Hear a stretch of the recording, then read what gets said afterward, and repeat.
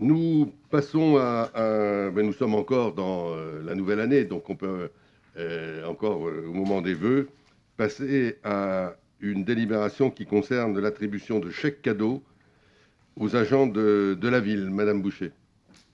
Merci. Bonsoir à toutes et à tous.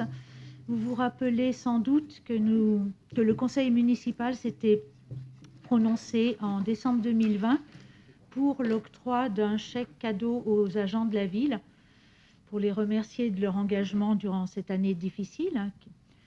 Il se trouve que l'année 2021 a été elle-même assez compliquée pour tout le monde et qu'on ne peut toujours pas organiser des temps de rassemblement, des temps de cohésion. C'est pourquoi il vous est proposé de mener à nouveau cette action.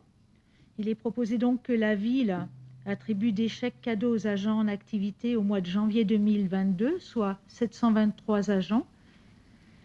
Ces chèques cadeaux seront attribués à l'occasion de la nouvelle année dans les conditions suivantes. Ils auront une valeur de 25 € par agent. L'an dernier, c'était 20 €. Ils seront distribués avec la fiche de paye du mois de janvier 2022. Ils seront à utiliser en une seule fois et ne pourront faire l'objet d'une contrepartie financière.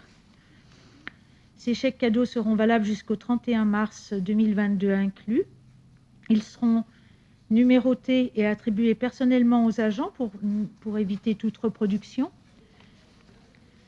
Et les commerçants, une fois l'opération terminée, pourront se faire rembourser le montant des achats qui ont été réalisés chez eux.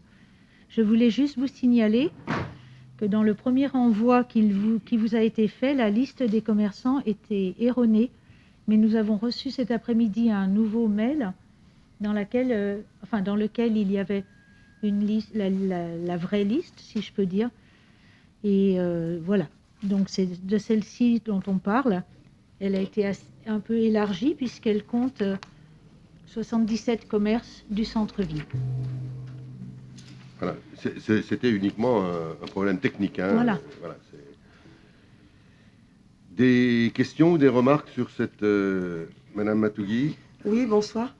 La seule remarque, c'est par rapport à la date de validité de ce chèque cadeau. Le 31 mars, ça ne fait pas un peu court en temps? Enfin, ils reçoivent le chèque cadeau, si j'ai bien compris, fin janvier, avec leur bulletin de salaire. Ils ont donc 2 mois pour l'utiliser. Oui. Entre nous, soit dit, je pense qu'en 2 mois, on peut dépenser 25 €. Hein. Voilà. Non, ce n'est pas par rapport à... écoutez, moi, j'ai personnellement reçu des chèques cadeaux, quand on a les chèques cadeaux, en général, c'est 1 année de validité. Là, c'est vraiment ce sont des commerces de grande proximité et les agents pourront... il y a le choix hein, dans tous les commerces. Ça peut être pour manger quelque chose, pour acheter un livre.